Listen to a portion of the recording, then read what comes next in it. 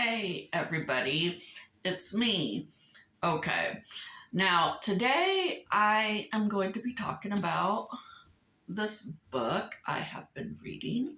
It is called Dead Air: The Disappearance of Jodi Huisentruit. I like it so far. Now, okay, this is about a reporter from Mason City, Iowa, who disappeared in June of 1995. Now, I had just graduated high school in 1995, so I didn't really hear about this case, for years. But, it's been how many years? Probably like 28 or so years since she has disappeared. And there is like no evidence or anything. Now, I like this book.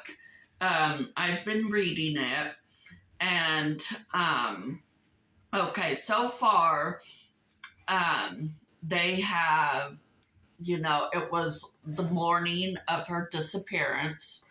Apparently, she always slept in, and was like always late for work anyway. So, and she was a morning reporter. So, at first, her co-anchor didn't really think anything of it. I mean, because, and then they didn't call the police until like after, the morning news was over, because, she was always late and everything. She wasn't a person, that was on time for work all the time. So apparently, her coworkers never thought anything of it until after the morning news and stuff. So, but anyway, I guess it was a foggy morning. So, since she was running late, well, she was in a hurry, but like, all her belongings were like found like in her apartment building parking lot, and I guess they found blood on the parking lot. But there's been like dead leads since her disappearance, and so there's not much to go on. But I just happened to see this book at the library, so I thought, oh, well, yeah, I've heard of her, so I will read the book to see, what it's all about, because everybody here in Iowa has heard of the disappearance of Jodi Huisentruit. She's one of the more famous disappearances besides Johnny Gosh, Eugene Martin, and Molly Tibbetts, So, yeah, so I think it's pretty interesting. I'm in the middle of reading it, and I suggest people do read the book. I mean,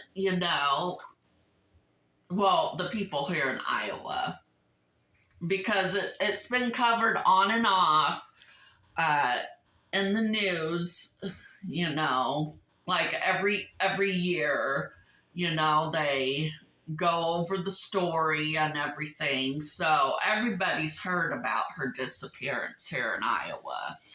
I don't, you know, but over like in the national news, she's probably been forgotten.